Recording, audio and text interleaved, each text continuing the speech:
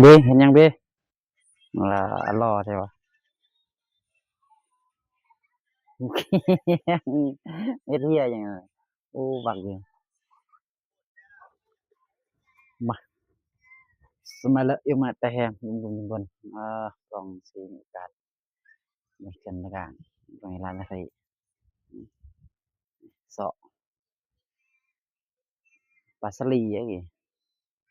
แต่ว่าตัดเปลี่ยนอันตัวจะให้เซมาเซสบายแล้วแยงละทั่วดำนี่เจไอ้บุลานซ้ายน่ะซ้ายคิดเด้อนอนในตู้ตู้อยู่บ้านมีฮอดกล้องเตอร์ไฟนะนี่มาบรรยากาศสัมภาษณ์คนมาใส่ทั่วดำฮ้อนแล้วบ่ฮ้อนฮอดนี่ตัวหยังมะง่าวะนี่สลีกงตูบ